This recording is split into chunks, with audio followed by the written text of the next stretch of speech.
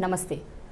Shantanu clinic and diagnostics ఈ urban community health care సెంటర్ని ప్రారంభించారు శ్రీ శ్రీ శ్రీ త్రిదండి చిన్నజీయర్ స్వామీజీ గారు.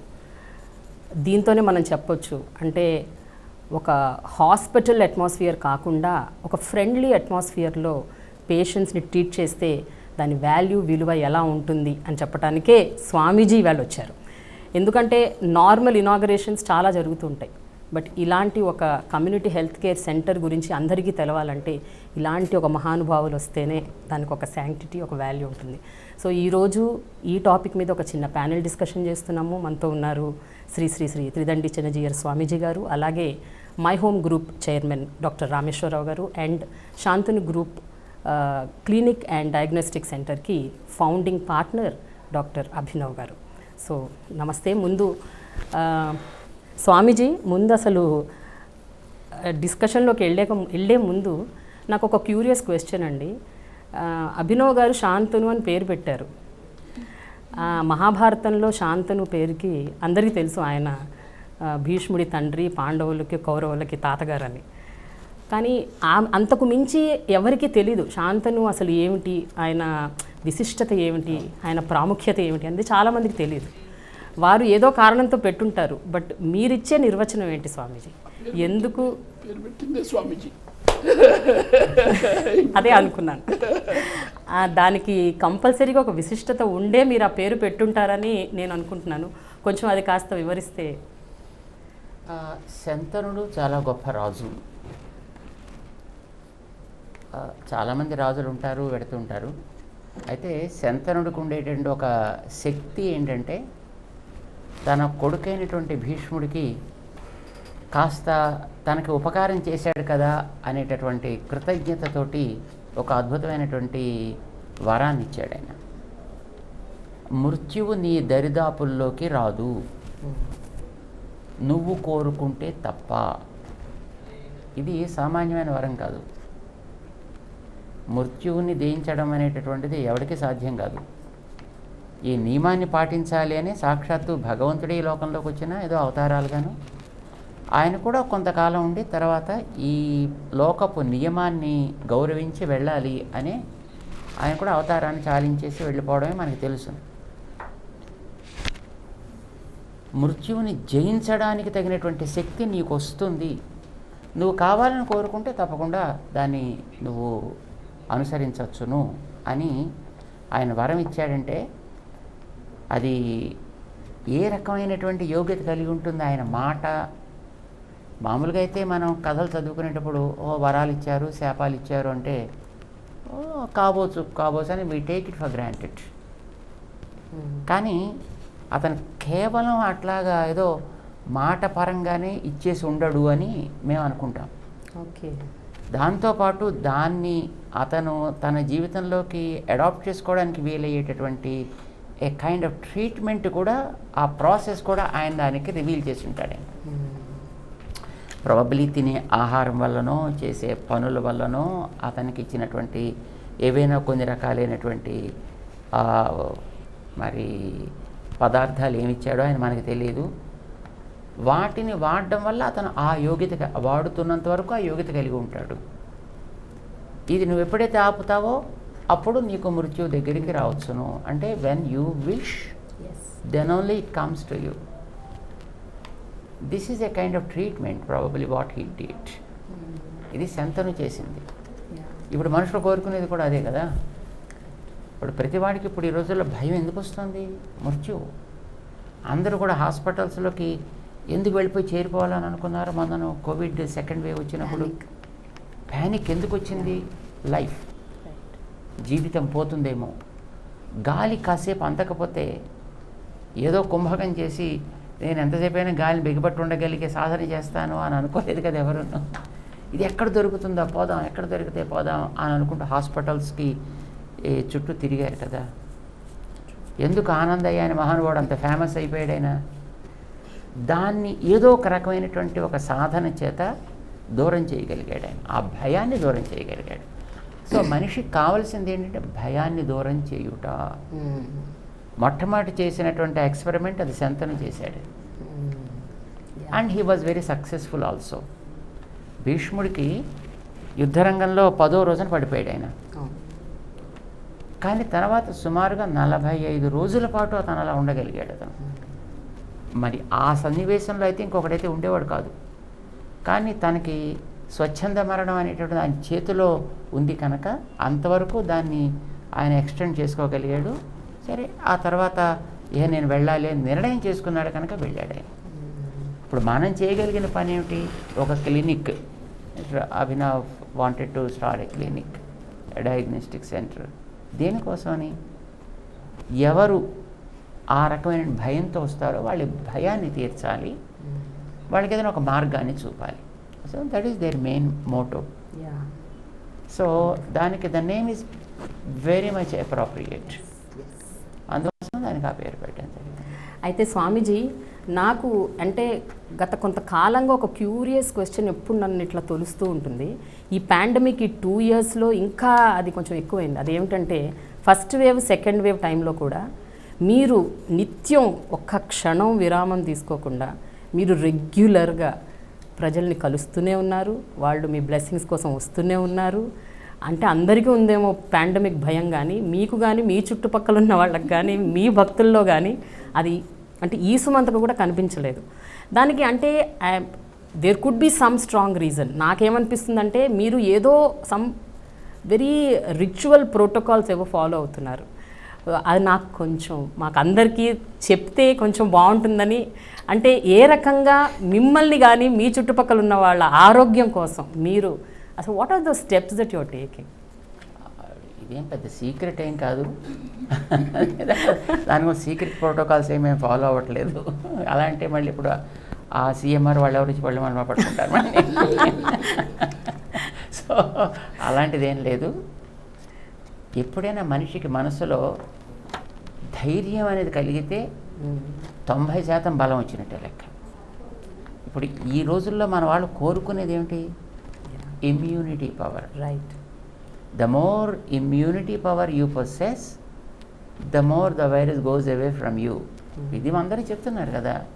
ఆ ఇమ్యూనిటీ బూస్టర్స్ అనే చాలామంది చాలా రకాలు ఇస్తున్నారు. డాక్టర్స్ చెప్పేది కూడా ఆ ఇమ్యూనిటీని దూరంగా పెట్టడానికి, ఆ వైరస్ని దూరంగా పెట్టడానికి, మన ఇమ్యూనిటీని పెరగడానికి ఏదో ఈ ప్రోటోకాల్స్ పాటించాలి అని చెప్తున్నారు.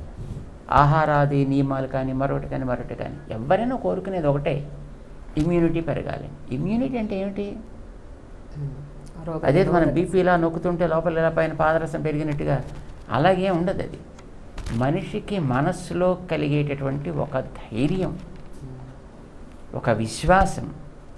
ఈ ఆత్మవిశ్వాసం అనేది చాలా చాలా పవర్ఫుల్. దీన్ని పెంచడానికి మనం ఏమైనా చేయాలి. అయితే ఇది 2 రకాలుగా చేయొచ్చు. ఒకటి, మందు మాకు వల్ల మానసిక ధైర్యాన్ని పెంచవచ్చు. రెండవది, వ్యక్తిలో ఉండేటటువంటి విశ్వాసం దైవంతో కనుక మనం అటాచ్ చేయగలిగితే దానివల్ల కూడా ఈ మనోబలాన్ని, మన మానసిక శక్తిని పెంచడానికి అవకాశం ఉంటుంది.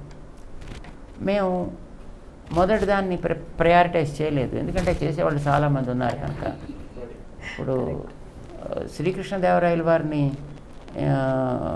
ఏదో ఒకసారి తలకాయ నొప్పి ఏదో బాధిస్తే ఆయన ఏదో మందు వేసుకోవాలి అని అనుకున్నప్పుడు తెనాలి రామకృష్ణ చెప్పాట, అసలు ఈ దేశంలో, ప్రపంచంలో 90% అంతా డాక్టర్సే మహారాజా, నిరూపించవాయి అన్నాడు ఆయన. అంటే పాపం ఈయన గట్టిగా బట్ట కట్టేసుకుని కోటగుమ్మం దగ్గర కూర్చున్నట్టు ఆయన.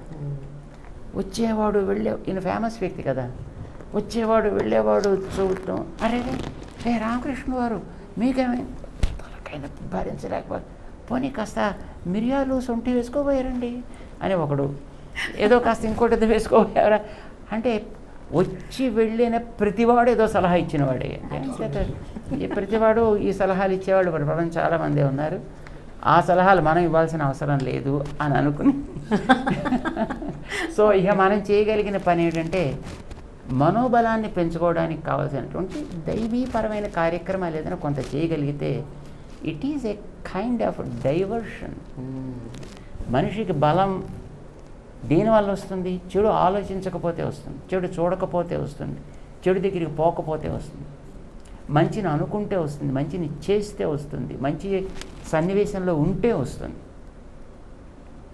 సో మనిషికి ఇవాళ సమాజంలో బయటకు పెడితే you take the phone, you see the video, you see the TV, you see the mass media, ఎక్కడ చూసినా ఒకటే డిస్కషన్. అమ్మో అక్కడ ఇలా అయిపోయిందా, ఇక్కడ ఇలా అయిపోయిందా, అక్కడ అంతమంది పోయారట, ఇంతమంది పోయారట. రేడియోలో వార్తలు పెడదామంటే మొట్టమొదటి ఫస్ట్ వార్తలు ప్రారంభమే మొట్టమొదట ఇంతమంది చనిపోయారు, ఇంతమంది తేరుకున్నారు, ఇంకా ఇంతమంది మిగిలారు, టోటల్ నెంబర్ మొత్తం ఎఫెక్టెడ్ పీపుల్ ఇన్ని కోట్లు. ఎక్కడ చూసినా ఇదే వార్తలు మనం కాన్స్టెంట్గా వినేటప్పటికీ వ్యక్తిలో ఒక రకమైన ఇన్సెక్యూరిటీ ఏర్పడిపోతుంది, భయంకరమైన వాతావరణం వచ్చేస్తుంది. దీన్ని తప్పించడానికి చాలామంది చాలా రకాలుగా టీవీల్లో ఎన్నో రకాల షోస్ ఇచ్చారు, ఎన్నో రకాల మాటలు చెప్పారు, ఉపన్యాసాలు చెప్పారు, ప్రవచనాలు చేశారు. Many people did in their own way. మనం చేయవలసిన పని నిజానికి ఆ ఆలోచనల్లోంచి వెనక్కి తీసుకురాగలగడం. ఏది వద్దనుకుంటామో అందులో ఉండే చెడు చూడడం కోసం కూడా దాన్ని ఆలోచించద్దు అంటారు రామానుజాచార్యుల వారు. సో పాజిటివ్గా ఆలోచించడానికి తగినట్టుగా ఏమైనా కంటెంట్ మనం ఇవ్వాలి. అందుకోసం మొట్టమొదటి ఫస్ట్ వేవ్ వచ్చినప్పటి నుంచి కూడా మేము ఏదైనా ఒక దీక్షా కార్యక్రమం మనం చేద్దాము అనేది ఒక హనుమత్ దీక్ష, లేకపోతే మరొక దీక్ష, ఇప్పుడు ఒక దీక్ష నడుస్తుంది, ఇప్పుడు ప్లవతారకం అనే పేరుతో ఒక దీక్షా కార్యక్రమం, ఇలాగా అలాంటివి పెట్టి వాటి గురించి రోజు కాసేపు దాన్ని చెప్పమండం, దాని మీద కొంత చెయ్యమండం, కొంత సమయాన్నైనా ఆ మాటల్లోంచి ఆ ఇతరమైనటువంటి కరోనా కబుర్లలోంచి వెనక్కి తీసుకొచ్చి దీంట్లో పెట్టడానికి పని చేద్దాం. So this is what we're trying to do. ఇక తినే ఆహారం వీలైనంత వరకు బయట ఆహారాన్ని ముట్టుకోవద్దు. మనం తయారు చేసుకున్న రిలయబుల్గా ఉండే ఆహారాన్ని తిందాము. ఇది నేను చెప్తున్నాను అనమాట. అంటే ఇప్పుడు బయట ఆహారాల్లో ఏం చెప్పడానికి అవకాశం లేనని రకరకాలుగా కల్తీ అయిపోయినటువంటి పదార్థాలు వచ్చాయి. ముఖ్యంగా కెమికల్స్ కలిగినటువంటి oils are chemicalised, vegetables are chemicalised, the flowers are chemicalised, everything is been chemicalised. అంచేత అలాంటి వాటి నుంచి ఎంతవరకు మనం దూరంగా ఉండగలిగితే, ఒకటి శక్తి పెంచుకోవాలి, కానీ ఇది పెరగాలంటే పైనుంచి ప్రెషర్స్ పడకూడదు. ఏమైనా తినే ఆహారం వల్ల, పైనుంచి తెచ్చుకునే ఆహార్యాల వల్ల ఈ లోపల కలిగే శక్తిని అణిచేసేటట్టు మళ్ళీ శక్తులు పెరగద్దు. అంచేత వీరంతవరకు బయటికి ఆహారాలు తినకండి, ఇంట్లో తగ్గ చేసుకోండి. ఇంట్లో కూడా ఏమేమి చేసుకోవాలో, ఎలా చేసుకోవాలో, కాస్త ఆరోగ్యాన్ని పెంచేవి, శక్తిని పెంచేవి మనిషికి, అలాంటి ఆహారాలు తినండి. Very simple. మాది ఎప్పుడు కూడా ఏదో రహస్యంగా ఏవో కొత్త కార్యక్రమాలు చేస్తే మరింత కొత్తగా మరింత బురదన పైన వేసుకోవడం అవుతుంది. భగవంతుడు ప్రకృతిని మనిషికి సీదాసాదాగా నిరాడంబరంగా జీవించడానికి కావలసినంత ఇచ్చాడు. ప్రకృతిలో అద్భుతమైన శక్తిని నింపించాడు. మనం దురదృష్టం కొద్దీ ఈవేళ మన లైఫ్ స్టైల్స్ని మనం మార్చేసుకుంటూ అసలు నుంచి పక్కకు వచ్చి ముళ్ళ మార్గంలో నడుస్తూ పైన ఎన్నో రకాలైనటువంటి ధూళి దుమ్ము వేసుకుంటున్నాం. ఆ ధూళి దుమ్ముని పక్కన పెట్టి, ముళ్ళ మార్గాన్ని పక్కన పెట్టి, మనం మళ్ళీ రోడ్డు ఎక్కామంటే, మన రాజమార్గంలోకి మనం అడుగు పెట్టామంటే హాయిగా నడిచి వెళ్ళిపోవచ్చు. మనకి జీవితాన్ని ఏ రకమైనటువంటి సమస్యలు రాకుండా ఉండేట్టు మనం తయారు చేసుకోవచ్చు. అది చెయ్యండి అని మేము చెప్తున్నాం అందరికీ. అందుకే మా చుట్టూ ఉండేవాళ్ళు కొంచెం ధైర్యంగా ఉండడానికి ప్రయత్నం చేస్తున్నారు. కరెక్ట్. అయితే స్వామీజీ, మనం ఇప్పుడు మన ప్రపంచం మొత్తాన్ని ప్రీ కోవిడ్ పోస్ట్ కోవిడ్ లాగా చూడాల్సి వస్తుంది. అంటే ఒకప్పుడు ఇలా ఉండేది, ఇప్పుడు ఎలా ఉంటుందో అని. మీరు ఇందాక చెప్పిన మాటల్లో ధైర్యం అయితే వస్తుంది స్వామీజీ, కానీ ఈ కోవిడ్ పాండమిక్ ఎలా ఉందంటే ఒక వ్యక్తికి సోకితే 14-17 రోజులు 20 రోజులు దాదాపు ఐసోలేషన్లో, క్వారంటైన్లో ఉండాల్సి వస్తుంది. అంటే ఇది చాలా ఒక బాధాకరమైన స్థితి. ఆ పరిస్థితుల్లో ఒక పక్కన ఆరోగ్యం చూసుకుంటూ ఇంకో పక్కన ఫియర్, యాంగ్జైటీ, స్ట్రెస్, డిప్రెషన్ వీటన్నిటిని అడ్రస్ చేసుకోవాలి అలోన్గా. అంతకుముందు ఎప్పుడూ అలవాటు లేని ఒక ప్రక్రియ ఇది. ఎవరికీ అది తెలీదు. ఎవరికైనా ఒంట్లో బాగాలేకపోతే పక్కన ఎప్పుడు అమ్మో, నాన్నో, తమ్ముడో, చెల్లో ఉండటం అలవాటు మనకి. మరి ఈ పరిస్థితుల్లో ఎక్కడి నుంచి తెచ్చుకోవాలంటారు ధైర్యం? ధైర్యం అనేది ఎక్కడి నుంచి వస్తుంది స్వామీజీ? ఇది చాలా మంచి ప్రశ్న. నిజానికి ఐసోలేషన్ రికమెండ్ చేయడం అనేది ఒక రకంగా వ్యక్తిలో కలిగిన భయాన్ని మరింత పెంచుకోవడానికి ఉపయోగపడేటటువంటి ఒక ప్రక్రియ మారిపోయింది. అసలు అది మంచి ప్రక్రియ, వాడికి ఆరోగ్యాన్ని బాగు చేసుకోవడానికి ఇచ్చిన ప్రక్రియ. మిగతా బయట వాతావరణంలో ఉండేటువంటి కాలుష్యం మీద పడకుండా జాగ్రత్త పెట్టుకోవడానికి ఇచ్చింది. కానీ దురదృష్టం కొద్దీ దాన్ని వాడుకునే విధానం తెలియకపోవడం చేత అది మరింత వ్యక్తిని దిగజార్చేట్టుగా, వ్యక్తిని భయపీడితుడిని చేసేట్టుగా తయారు చేసింది. ఐసోలేషన్, ఒంటరిగా ఉండే తనాన్ని ఎట్లా ఎదుర్కోవాలి? ఎప్పుడు భయం వేస్తుందంటే, అయ్యో నాకెవడూ లేడే. నిజానికి మేము ఒకసారి బదరికాశ్రమంలో ఉన్నాం. బదరికాశ్రమం హిమాలయాస్లో ఉంది. అప్పుడే మాకు ఇంకా మేము ఈ మార్గంలోకి వచ్చిన కొత్త కాలం అది. 76లో బదరికాశ్రమం తీసుకెళ్ళారు. బదరికాశ్రమంలో చలి, అక్కడ ఎప్పుడు చలిగానే ఉంటుంది. అక్కడ సాయంకాలం అయ్యేటప్పటికి 0 డిగ్రీస్లోకి వచ్చేస్తుంది వెదర్. అలాంటి చోట మమ్మల్ని ఒక 45 రోజులు 46 రోజులు అక్కడ ఉండాలి అని మా గురువుగారు, మా పెద్ద చేర్చిన అక్కడ పెట్టారు. సరే మేము వారు పెట్టారు కనుక మేము అక్కడ ఉంటున్నాం. వారు చేయమన్న కార్యక్రమం మేము చేస్తున్నాం. ఒక వారం రోజులు అయిన తర్వాత వారి మాకు లెటర్ వచ్చింది. నిన్ను అక్కడ ఒంటరిగా వదిలిపెట్టామని అనుకుంటున్నావు, నువ్వు కూడా చుట్టూ మాట్లాడేవాడు ఎవడు లేడే అని లోన్లీనెస్ ఫీల్ అవుతున్నట్టున్నావు. Don't feel loneliness, you are not alone. నువ్వు ఒంటరివాడివి కావు, but you are by yourself. You are not alone, but you are by yourself. నువ్వు ఒంటరివాడిని అని అనుకోక్కర్లేదా?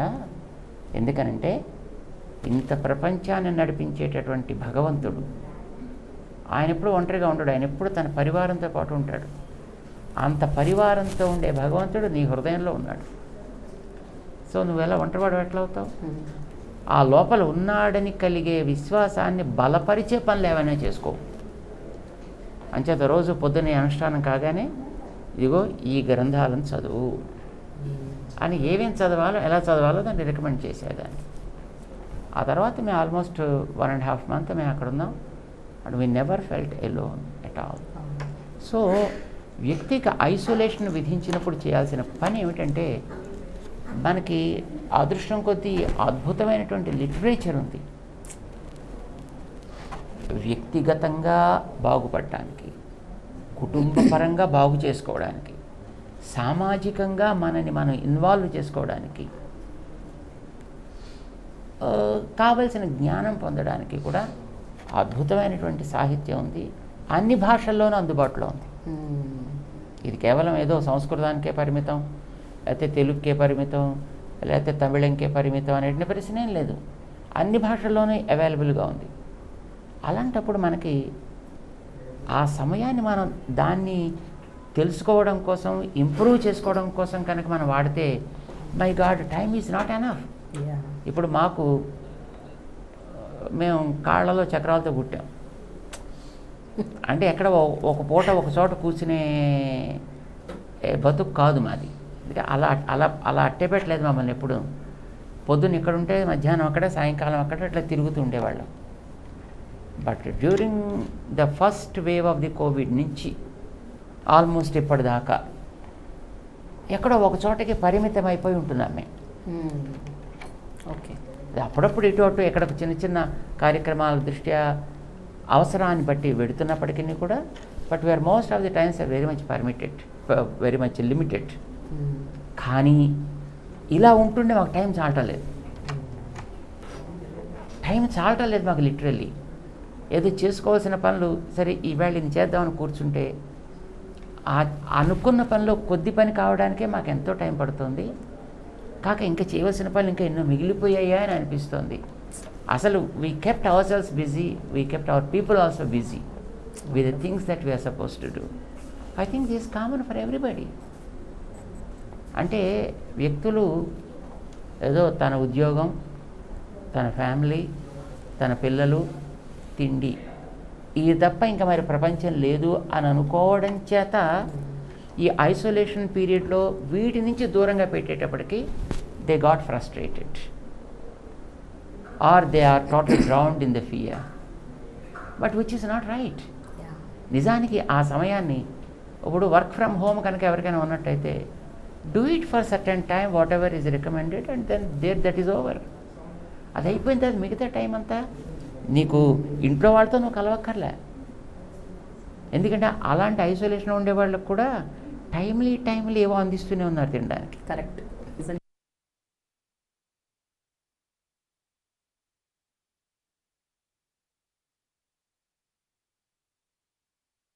ఉంటుంది తీసుకుని హాయిగా your life, spare your time.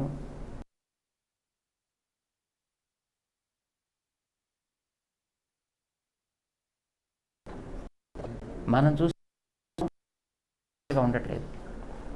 పొద్దున సాయంత్రం ఉంటాడు.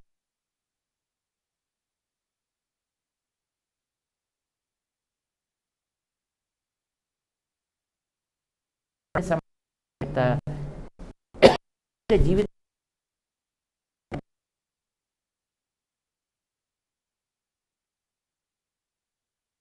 వెళ్ళే లోపలనే ఈ శరీరం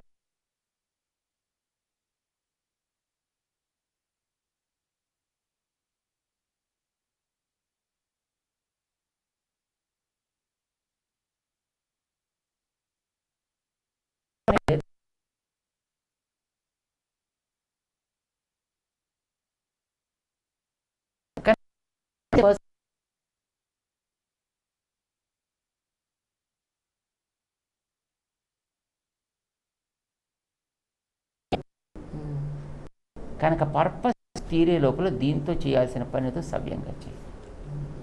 ఆ సవ్యంగా చేయడానికి నీకు కావాల్సిన లిటరేచర్ని నీకు టీచ్ చేయడానికి భగవద్గీత ఉంది. మతం అనే ప్రమేయం లేకుండా మానవుడి యొక్క మనుగడని టీచ్ చేయగలిగినటువంటి అద్భుతమైనటువంటి గ్రంథం.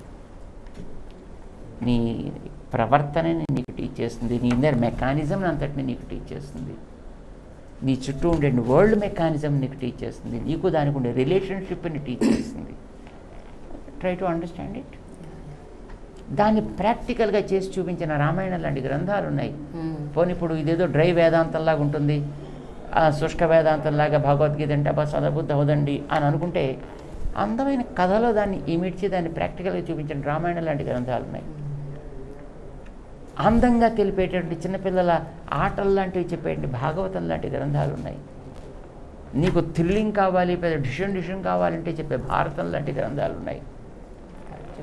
అద్భుతమైనటువంటి సైన్సెస్ని చెప్పేటటువంటి పురాణాలు ఉన్నాయి. ఇన్ని గ్రంథాలు నీకుండి అవన్నీ అందుబాటులో ఉంటే అసలు వాటి జోలే పోకుండా కూర్చొని అయ్యో ఎందుకు వచ్చి పట్టుకుంది ఇది, ఈ కుటుంబం అంతా ఏమైపోతుంది, నేనేమైపోతానో, ఏమంది వేసుకుంటే ఏమైపోతుందో, అసలు ఈ ఆలోచనలు ఎందుకు రావాలి? సో ఉపయోగించాల్సిన రీతిలో సమయాన్ని ఉపయోగించలేకపోవడం అనేటటువంటిది మనకి ఇప్పుడు వచ్చిన పెద్ద జబ్బు. Corona is not a big disease. Black fungus is also not a big disease. Our incapability of choosing the things for this time is the biggest disease. Absolutely. స్వామీజీ, మీతో ఇంకొక 2 ప్రశ్నలు అడిగే ముందు, ఈరోజు హీరో మన Shantanu clinic diagnostics founding partner Abhinav గారితో ఒక్క ప్రశ్న అడగాలంటే, అభినవ్ గారు ఇందాక స్వామీజీ గారు అన్నట్టు మీకు you got a choice to work in a big hospital, corporate hospital and earn money, mint money, you can do anything. అది కూడా కాకుండా మీరే ఒక హాస్పిటల్ పెట్టగలిగే ఒక స్థాయిలో కూడా మీరు ఉన్నారు. ఒక మల్టీ స్పెషాలిటీ హాస్పిటల్ మీరే పెట్టచ్చు. కానీ మీరు why did you choose normal ordinary clinic and diagnostic centre? అంటే ఇలాంటిది ఒకటి పెట్టాలి అన్న ఒక ఆలోచన ఎందుకు వచ్చింది మీకు? ఈ community, urban community health care centre అంటే దాని ఆవశ్యకత ఇప్పుడు ఉందని మీరు ఎందుకు అనుకున్నారు? Do think because of the pandemic or మీకు ఈ ఐడియా ఎప్పటి నుంచో ఉందా? లేదు, ఖచ్చితంగా ఆలోచన ముందు నుంచి కూడా ఉంది. ఇంతకుముందు స్వామివారు కూడా చెప్పినట్టు ఈ కోవిడ్ టైంలో ఎస్పెషల్లీ మనకు అది మోర్ అపరెంట్గా సొసైటీలో కనిపిస్తుంది కూడా. పాపులేషన్ కానివ్వండి, డెన్సిటీ వైజ్ ఎక్కువ సిటీలో ఉండడం వల్ల టెర్షరీ కేర్ సెంటర్స్ లాంటి బిగ్గర్ హాస్పిటల్స్, కార్పొరేట్ హాస్పిటల్స్ అవన్నీ ఓవర్ బర్డెన్ అయిపోయినాయి. మీకు ఓపీ కన్సల్టేషన్స్ కావాలన్నా కూడా గంటల తరబడి వెయిట్ చేయాల్సిన situation, cost effective, time effective కూడా మీరు అన్నట్టు ఇట్లాంటి facilities. So most of the పీపుల్కి అర్లీయర్గా ఐడెంటిఫై చేసి ప్రాపర్గా అడ్రస్ చేయగలిగితే majority of the patients sick అయ్యి అడ్మిట్ అయ్యి టర్మినల్ కేర్ ఇల్నెస్ స్టేజ్కి వెళ్ళే అవకాశం ఉండకపోవచ్చు. సో అట్లాంటి స్టేజ్లో ఉన్న వాళ్ళకి ఏదైనా యాక్సెసిబుల్గా చేయాలన్న ఆలోచన ఉండడం వల్ల, ప్లస్ మీరు అన్నట్టు కోవిడ్ పాండమిక్ లాంటి పరిస్థితుల వల్ల అది ఇంకా కొంచెం యాక్సిలరేట్ అయ్యి ఇట్లాంటి టైంలో we thought is the right time to move ahead. It's wonderful initiative అండి. డాక్టర్ రామేశ్వరరావు గారు, మిమ్మల్ని ఒక ప్రశ్న. మీరు యువర్సెల్ఫ్ హోమియోపతి అండి, బట్ మీరు అలా అనేసి హోమియోపతికి మాత్రమే రెస్ట్రిక్ట్ కాకుండా మీరు అన్ని రకాల మెడిసినల్ని ఇంటిగ్రేట్ చేసుకుంటూ you been encouraging. And especially మీ ఎంప్లాయీస్కి నేను ఒక లైవ్ ఎగ్జాంపుల్ కాబట్టి నాకు తెలుసు. ఈ 2 years ఆఫ్ పాండమిక్లో మీరు రెగ్యులర్గా you been taking care of your employees with regards to homeopathy medicine or వాళ్ళకి ఒక ప్యానల్ ఆఫ్ డాక్టర్స్ని పెట్టడం, వాళ్ళని రెగ్యులర్గా మానిటర్ చేయటం, ఎఫెక్ట్ అయిన వాళ్ళకి hospitalisation, this all thing you been doing. మీరు చెప్పండి, ఇంత పెద్ద ఇండస్ట్రియలిస్ట్ అయిన మీరు ఆల్మోస్ట్ 1 lakh అంటే రెగ్యులర్ స్టాఫ్, ఇర్రెగ్యులర్ స్టాఫ్ అందరినీ కలిపి 1,00,000 మంది అనుకోండి, 1,00,000 మందిని మానిటర్ చేయటం, మేనేజ్ చేయటం at this time and age of yours, how difficult and challenging was it అండి? అంటే how did you actually do it? అంటే బికాజ్ ఇప్పుడు ఎందుకు అడుగుతున్నానంటే ఈ పాండమిక్లో ఎవరికి అసలు ఏమీ తెలియదు. అందరూ it is like hit and run, trial and error మెథడే. ఇందాక స్వామీజీ చెప్పినట్టు ఎవరికి అసలు ఈ మెడిసిన్ పనిచేస్తుందో తెలియదు, ఈ హాస్పిటల్కి వెళ్ళాలో తెలియదు, ఎన్ని రోజులు ఉండాలో తెలియదు, నోబడీ నోస్ ఎనీథింగ్. సో ఈ పాయింట్ ఆఫ్ టైంలో what was running through your mind? మనకు స్వామివారు చెప్పినట్టు నా లైఫ్కే స్వామివారు ఇన్స్పిరేషన్. మన ఉండే జీవితంలో మనం ఎంత బిజీ అయినా, మెటీరియలిస్టిక్గా ఎంత సాధించినా, తృప్తి అనేది మన చుట్టూ ఉండే వాళ్ళందరూ ఆనందంగా ఉంటేనే మనకు తృప్తి ఉంటుంది. పర్టికులర్గా మన ఎంబడి అసోసియేషన్ వాళ్ళను ఒక కుటుంబ పెద్దగా బాధ్యతగా భావించడం వల్లే మనకు తృప్తి ఉంటుంది. వీటన్నిటికీ ముఖ్యం మనం ఇందాక స్వామివారి ప్రెస్లో కూడా చెప్పారు, ప్రతి సిస్టంలో కొన్ని ఇంపార్టెంట్ అంటే అలోపతి కానీ, హోమియోపతి కానీ, ఆయుర్వేదిక్లో కానీ ప్రతి సిస్టంలో కూడా సమ్ వండర్ఫుల్ మంచి చేసేటువంటి వ్యవస్థ ఉంది. కాబట్టి మేము వద్ద ఆశించినటువంటి క్రిటికల్ టైంలో మనెమ్మడి ప్రయాణం చేసినటువంటి వాళ్ళకు, మనతో డైరెక్ట్లీ కానీ ఇండైరెక్ట్లీ అసోసియేట్ అయిన వాళ్ళని చూసుకోవడమే చాలా బాధ్యతగా ఫీల్ అయ్యాం. చాలా ఆ సర్వీస్ చేసినందుకు చాలా ఆనందాన్ని కూడా అనుభవించాం. కాబట్టి మొత్తం మన ఎంప్లాయీస్ అసోసియేట్స్ కాకుండా మనకు గుర్తున్న వాళ్ళకి, కొన్ని గవర్నమెంట్ ఎంప్లాయీస్కు, పెద్ద ఎత్తున పోలీస్ డిపార్ట్మెంట్కు లక్షలల్లో మనం జిమ్స్ హాస్పిటల్ నుంచి స్వామివారి యొక్క ఆధ్వర్యంలో జరుగుతుంది. జిమ్స్ అంటేనే జిఆర్ ఇంటిగ్రేటెడ్ మెడికల్ సైన్సెస్. అక్కడ ఆయుర్వేదం ఉంది, ముఖ్యంగా homeopathy lead, one of the best institute in the country or maybe in the world. At establish చేసిన lot of research foundation, lot of future plans ఉన్నాయి. ఇప్పుడు పోస్ట్ గ్రాడ్యుయేషన్ కూడా వస్తుంది. అక్కడ నుంచి ఆ డాక్టర్ల ఎక్స్పర్ట్స్తోన ఇండికేటివ్ డ్రగ్స్, ప్రివెంటివ్ డ్రగ్స్ అన్ని అందరికీ it is a benefit of doubt, something it will help. Swami చెప్పినట్టు ఇమ్యూనిటీ సిస్టమ్ పెంచడానికి, దాంతోపాటు వాళ్ళకు మనోధైర్యం, ఈ మాకు వ్యవస్థ ఉంది, చూసుకుంటున్నారు, ఈ మందులు వస్తున్నాయి, దీంతో నేను బాగుంటాననే మనోధైర్యం కూడా అది బిల్ట్ చేస్తుంది. కాబట్టి వీటన్నిటిని మనం ఎవరికైనా ఇమ్మీడియట్గా రాగానే ఒక ప్యానల్ ఆఫ్ డాక్టర్స్ పెట్టి మనం మొదటి నుంచి వాళ్ళ కౌన్సిలింగ్ చేసుకుంటూ వాళ్ళ యొక్క పరిస్థితిని చూసి ఏ లెవెల్ ఆఫ్ ట్రీట్మెంట్ కావాలనేది గెస్ చేయడంలో మన సఫలీకృతం అయితే అందరినీ మనం కాపాడుకోవచ్చు అని, దాంతో వచ్చే మన తృప్తి నువ్వెన్ని 1000 కోట్లు సంపాదించినా, కొంత డబ్బు తర్వాత ఎంత వచ్చినా అది దానికి పెద్దగా మన నేను ఎందుకు చెప్తున్నానంటే, దేశంలో, రాష్ట్రంలో వీళ్ళు నంబర్లు ఇస్తున్నారు, 0.05, 0.08% ఉంది డెత్ రేట్ అని. బట్ మీ కింద పనిచేసిన ఎంప్లాయీస్ మొత్తం చిట్టా తీస్తే 0.01 కూడా ఉండదేమో అని నాకు అనిపిస్తుంది. Because I think most of them have recovered.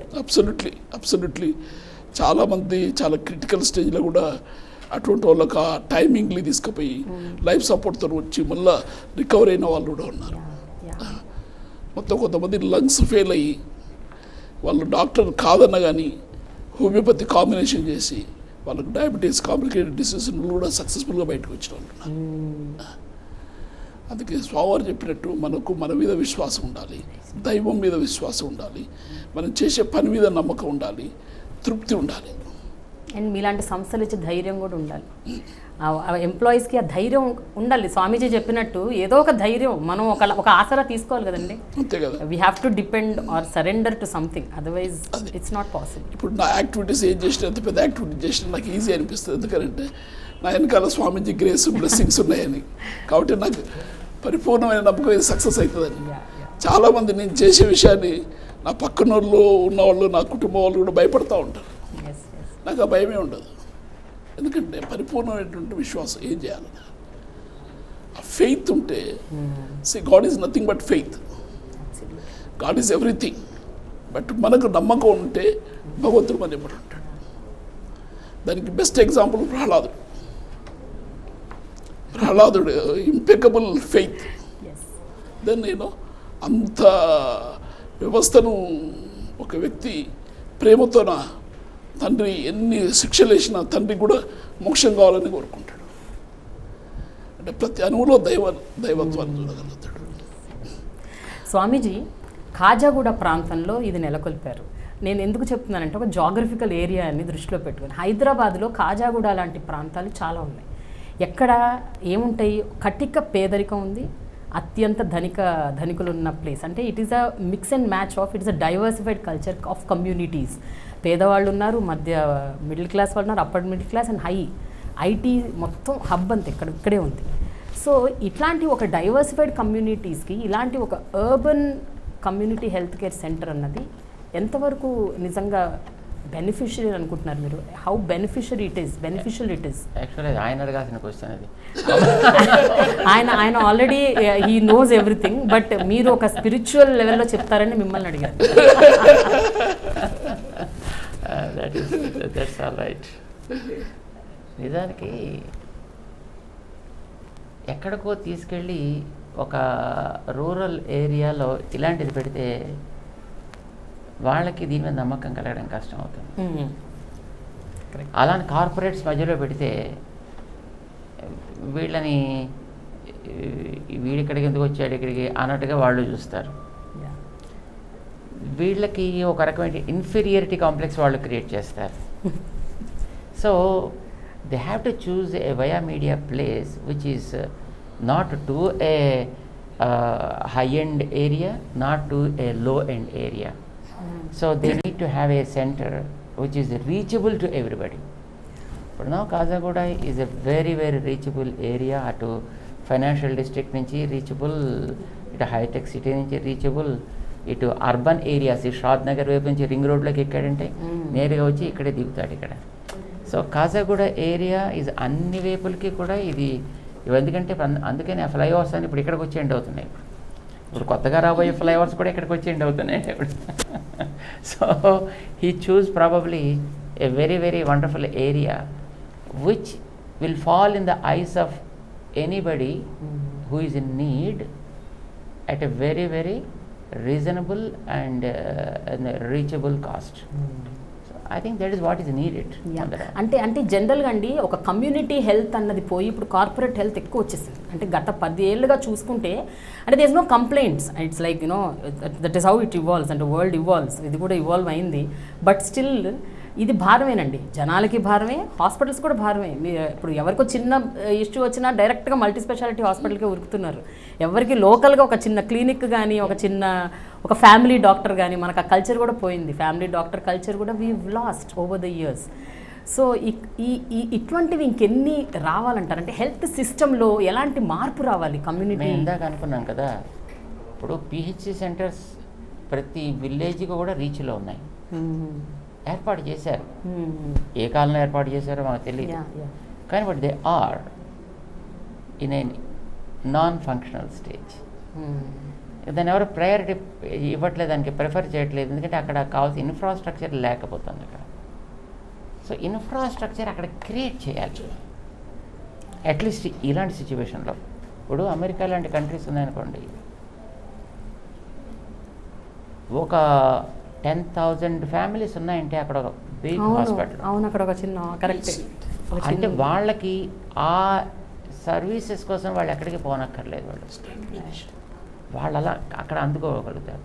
మన పిహెచ్సిస్ని అంత హై కార్పొరేట్ లెవెల్ తీసుకెళ్ళక్కర్లా, కానీ ఇప్పుడు డయాగ్నోస్టిక్ సెంటర్ అని ఇప్పుడు ఈ బాబు పెట్టి దాంట్లో clinical facilities with regard to many faculties ఎలాగైతే అందుబాటులోకి తీసుకొచ్చి అక్కడ పెడుతున్నాడో I think this can be done in every PHC center right like because there are and ఇప్పుడు it's need of the hour. so many government hospitals are there, right?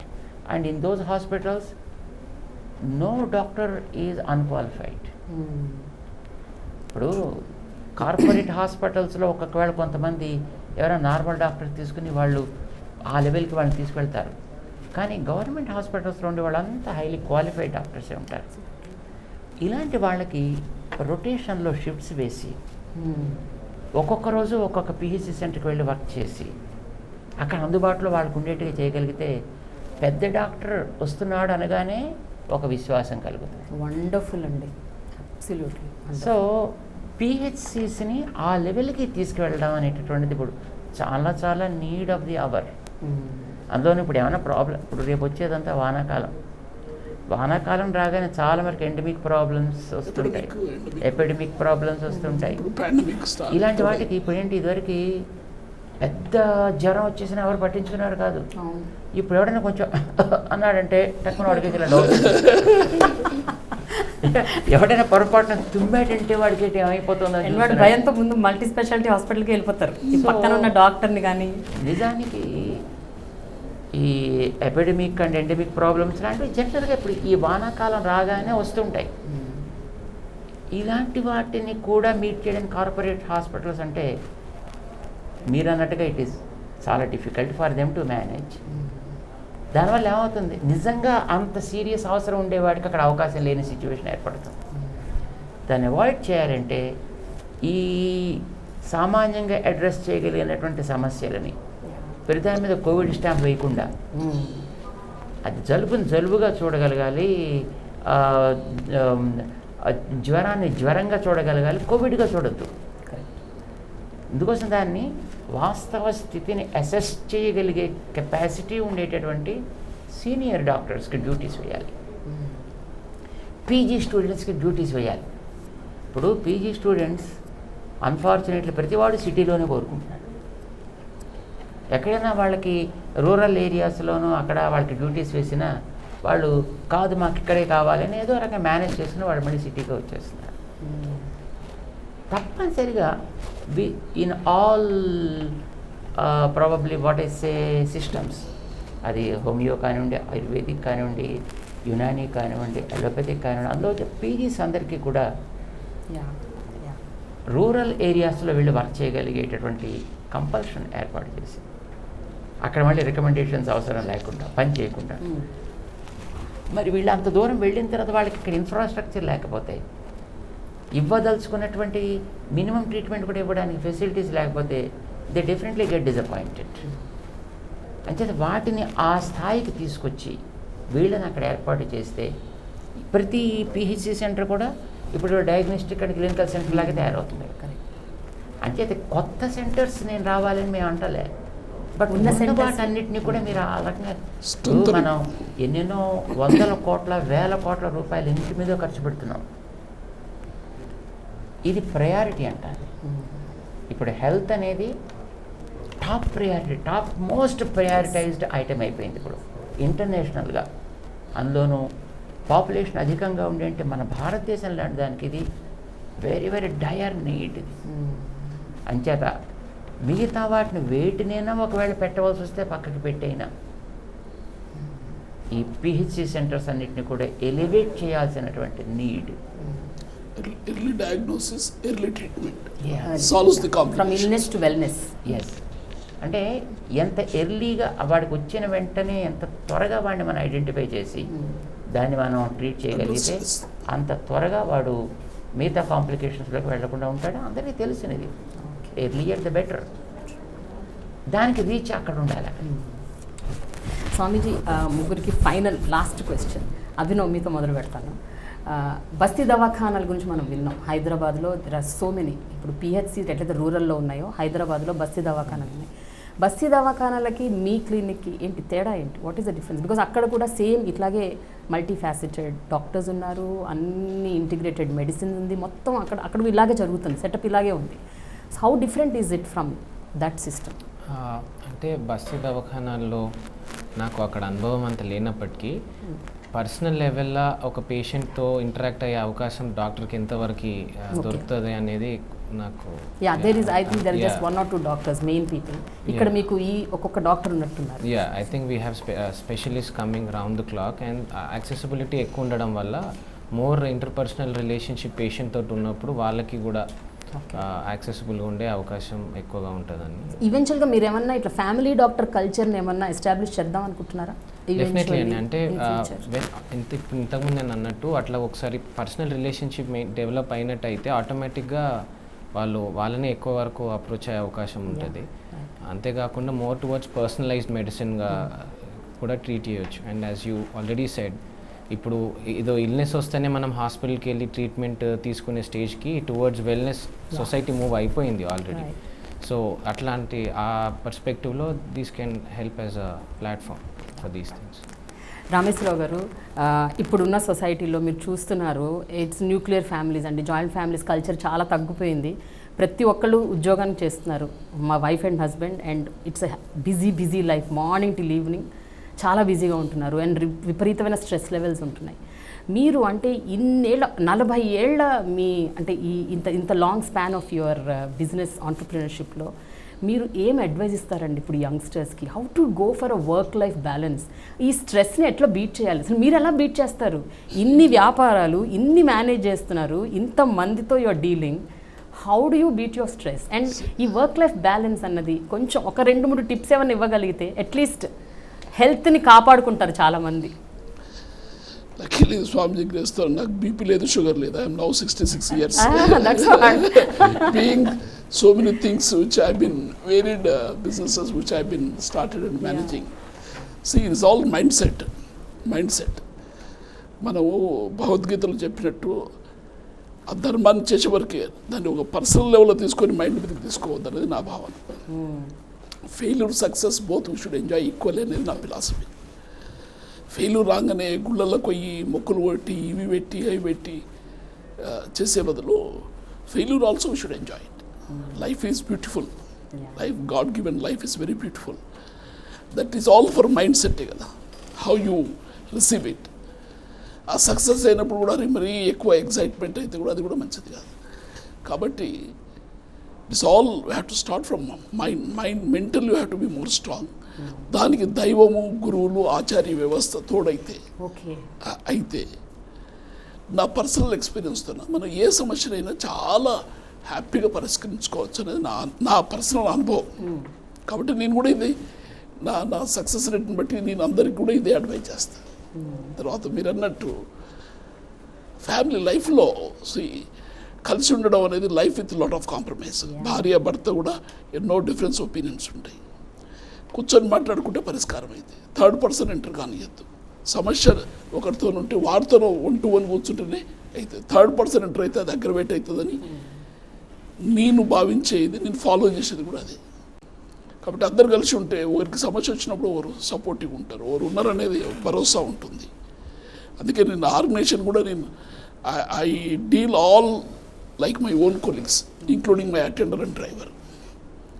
I gel well with, not as a strategy, by nature I do that. Okay. But that I found is very successful. అప్పుడు ownership ఉంటుంది, అందరికి కలిసిన టీంలో ownership ఉంటుంది. ఎవరి పని వాళ్ళు జాగ్రత్తగా చేస్తారు, ప్రేమతో చేస్తారు. Not by time 8 hours duty అనేది కాకుండా అవసరం ఉన్నప్పుడు 4 గంటలు చేయొచ్చు, అవసరం ఉన్నప్పుడు 12 గంటలు చేయొచ్చు. కాబట్టి మనం అట్లా మోటివేట్ చేయడం అనేది it's a good leadership to success in organisation. Lot of success people also their story tell same thing. ఇట్లా రాకెట్ సైన్స్ ఏం లేదు, బట్ మన mind set how we deal with the problem అనేది చాలా. ప్రాబ్లం వచ్చినప్పుడు excite అయ్యి అక్కడి నుంచి ఉండకుండా పోవడం అనేది కరెక్ట్ కాదు. బట్ సార్ ఇంత చెప్పినా కూడా ఒక్క టిప్ అయితే చెప్పండి సార్, కొంచెం ఈజీ టిప్, స్ట్రెస్ని ఎట్లా బీట్ చేయాలి. ఇవన్నీ మీరు చెప్పారు, చాలా బాగున్నాయి వినటానికి. ఆచరించడం ఎంత కష్టం అన్నది మాకు తెలియదు, మేబీ ప్రాక్టీస్ చేస్తే వస్తుందేమో. బట్ ఒక ఈజీ క్విక్ టిప్ ఏదైనా చెప్పండి. క్విక్ టిప్ నేను చెప్తా. నేను ఫాలో అయినని ఛాలెంజెస్ నేను I seen so many things. వందల కొట్టు సంపాదించి మళ్ళీ మొత్తం పాపరై మళ్ళీ లైఫ్ స్టార్ట్ చేసిన సంఘటనలు ఎన్నో ఉన్నాయి నాకు. బాగా స్ట్రెస్ లెవెల్ ఉన్నప్పుడు మంచిగా ఆ సమస్య గురించి మంచిగా తిని హాయిగా పండుకొని సినిమా చూడడమో లేకపోతే టీవీ చూడడమో. Okay. Get out from that issue. Don't make decision at that moment. Okay. When you are in a peak disturbed mood. Okay.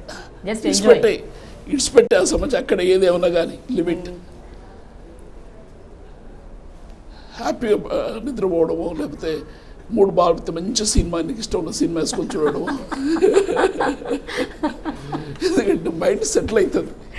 మీరు ప్రాబ్లమ్ సొల్యూషన్ అడిగారు కాబట్టి ఎప్పుడైనా emotional momentary decisions make lot of hurt.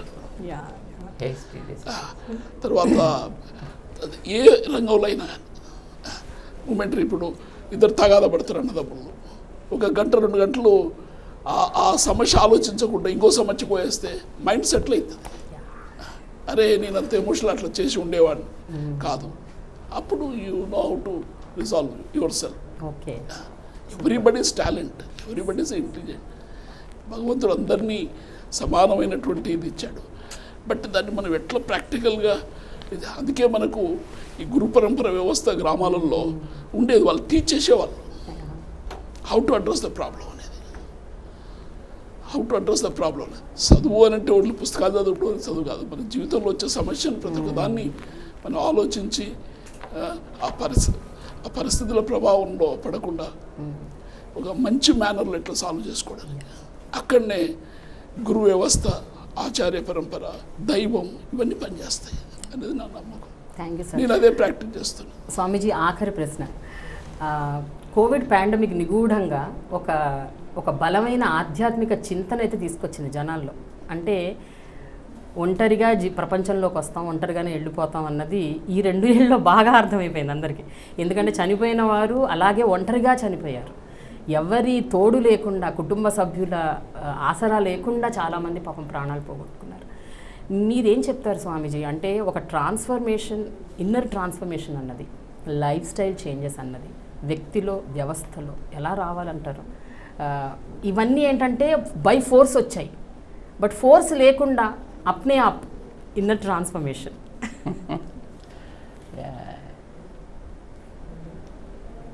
ఈవేళ మనం చూసే వాతావరణం ఎలా ఉందంటే, తన ఉద్యోగాన్ని బట్టి, తను నివసించే విధానాన్ని బట్టి అదే తాను అనుకునేటటువంటి ఒక ఆలోచన మనిషిలో ఏర్పడింది. ఇప్పుడు ఉద్యోగం అనేటటువంటిది ఏదో మనం చదువుని బట్టో, అవసరాన్ని బట్టో ఏదో ఒకటి ఏర్పడుతుంది. అది ఏదో పెద్ద ఐటీ కంపెనీలో సీనియర్ మేనేజర్ కావచ్చు, ఏదో ఎక్కడో వచ్చిన టీ దుకాణంలో ఓ కాఫీ కాచి పోసేటువంటి వాడు కావచ్చు. That is a job for earning your bread, అంతవరకే. అది దాటి బయటకు వచ్చిన తర్వాత యు ఆర్ ఎ మ్యాన్. కానీ అక్కడ ఐటీ కంపెనీలో ఉంటే నేను ఆ స్టైల్లోనే బతకాలనుకుంటున్నాడు బయటకు వచ్చిన తర్వాత కూడా. మనం ఎన్నో కథలు విన్నాం. మనం ఒక దేశానికి రాజుగా ఉండేటటువంటి, ప్రెసిడెంట్గా ఉండేటువంటి వ్యక్తులు కూడా ఆఫీస్ వర్క్ అయి బయటకు వచ్చిన తర్వాత రోడ్లు తుడిచేటటువంటి స్వీపర్తో పాటు కలిసి భుజమే చేవేసే హాయ్ ఫ్రెండ్ అనే తిరుగుతాడు. అట ఇతర దేశాల్లో అలా ఉంటారట. కానీ మన దగ్గర అట్లా ఉండట్లా. ఒక 4th class employee, 2nd class employee ఇద్దరు ఒకరినొకరు కలవరు. ఎందుకంటే వీడు నేను హై క్లాస్, వాడు లో క్లాస్ అని అనుకుంటాడు. ఇంకా పైన ఉండేటువంటి వాళ్ళు సరే వాళ్ళ సొసైటీ, వాళ్ళ జీవన విధానం, వాళ్ళు కలిసే మనుషులు వాళ్ళు వేరు అనుకుంటారు. అంటే తన ఔద్యోగికంగా ఏర్పడ్డటువంటి ఒక స్థితిని జీవితంలోకి తెచ్చుకుంటున్నాడు. అది బతకడానికి ఏర్పడ్డ ఒక వ్యవస్థ. దాంట్లో కొంత ధనం వస్తుంది, దాన్ని నువ్వు ఎంజాయ్ చేయొచ్చును. కానీ that is not the life. Life is with people. ఇందాక డాక్టర్ గారు చెప్పారు, చాలా ఒక అద్భుతమైనటువంటి ఒక మెసేజ్ ఇచ్చారు వారు. నేను కొన్ని మల్టీనేషనల్ కంపెనీలకి చైర్మన్గా ఉన్నప్పటికీ కూడా నా గేట్ దగ్గర ఉండే పోయి గేట్ కీపర్ తోటి, ఆ డ్రైవర్ తోటి కూడా నేను నా కుటుంబంలో మనిషిగా నేను ట్రీట్ చేస్తాను. That is success. అంటే మనిషి, నేను తోటివాడు కూడా ఒక మనిషే. ఇప్పుడు వీడు ఆఫీసర్ అయితే ఆఫీసర్ కాదు, బయటకు వచ్చాక you are a man, he's a man. రోడ్డు స్వీప్ చేసే వ్యక్తి కూడా he's also a man. So when you come out of your job environment, be like a man.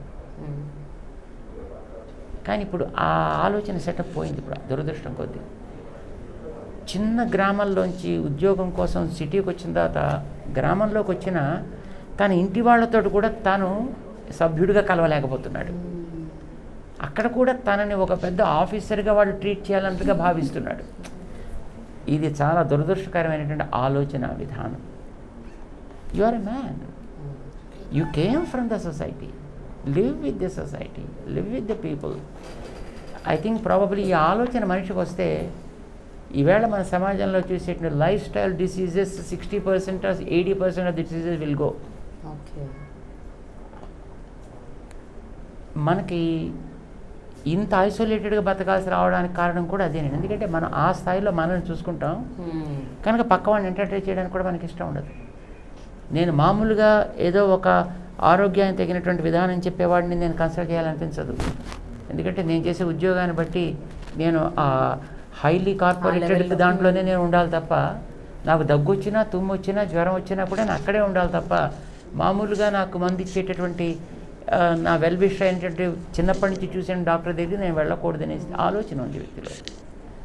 ఔద్యోగికంగా ఏర్పడ్డ status is not the life. And what ever you chose or what ever has come on you as a job, as a duty, it is only just for the sake of your earning the bread. అది నువ్వు వ్యవసాయం చేసేటప్పుడైనా కావచ్చు, వంట చేసేటప్పుడైనా కావచ్చు, ఆఫీసులో పనిచేసేటప్పుడైనా కానీ, వ్యాపారం చేసే ఎప్పుడు ఏ రంగంలో ఉండనివ్వండి, ఆ రంగం అనేది తిండి సంపాదించడానికి ఏర్పడ్డదే తప్ప జీవితానికి కాదు. అది జీవితం ఈజ్ ఎ డిఫరెంట్ థింగ్. ఉద్యోగము, సంపాదన is entirely a different thing. ఈ మధ్య ఉండేటటువంటి థిన్నర్ లైన్ కనుక మనం అర్థం చేసుకోగలిగితే I think we can enjoy the life. ఇది మనకు కావాల్సిందని డాక్టర్ గారు దాన్ని 100% అర్థం చేసుకోవడం చేత ఆయన జాబ్ పరంగా ఉండే దేని మీద ఆయనకి అంత బల్లమాలిన అటాచ్మెంట్స్ ఉండవు. అండ్ మిగతా వాటి మీద ఎవర్షన్ ఉండదు. సో రెండు వరల్డ్స్ని కూడా ఆయన ఎంజాయ్ చేయగలుగుతారు. బికాజ్ అది తనకి ఏదో భగవంతుడు ఒక చక్కటి ఆలోచన ఇచ్చాడు, చక్కటి శక్తిని ఇచ్చాడు, ఎబిలిటీ ఇచ్చాడు, మనుషులతో వర్క్ చేయగలిగే క్యాపబిలిటీని ఇచ్చాడు. ఎంతటి మనిషినైనా చక్కగా తన లక్ష్యం వైపు కన్విన్స్ చేయగలిగేటటువంటి చాతుర్యాన్ని ఇచ్చాడు. భగవంతుడు మెనీ స్కిల్స్ ఇచ్చాడు. ఈ స్కిల్స్ని 100% వాడాలి కనుక వాడుతున్నారు. ఆయన స్కిల్స్ని ఉద్యోగం కోసం వాడుతున్నారు. ఆ ఉద్యోగాన్ని సక్సెస్ చేయడానికి లక్షల మందిని ఆయన మెయింటైన్ చేస్తున్నారు.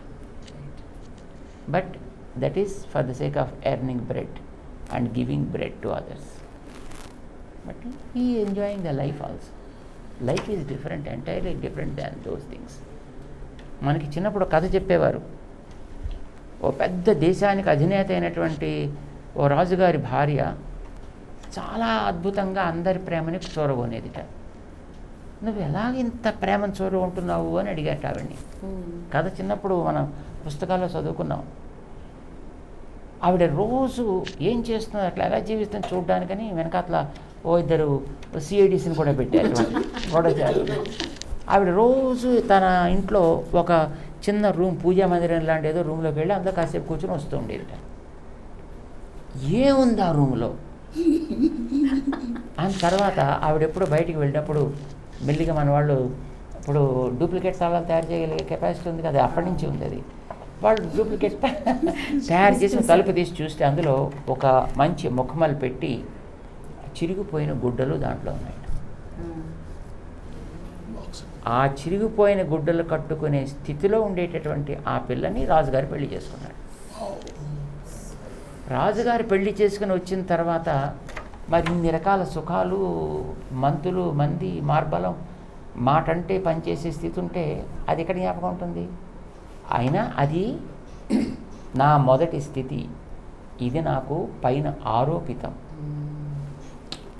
నా ఒరిజినల్ స్థితిని నేను మర్చిపోకూడదు అని రోజు అక్కడికి వెళ్ళి కాసేపు దాన్ని చూసి నేను ఇలాంటి దాన్ని కదా, ఆ స్థితిలో నేను వీళ్ళతో ప్రవర్తించాలి, ఆ స్థితిలో ఉండేవాళ్ళని నేను ఆదుకోగలగాలి.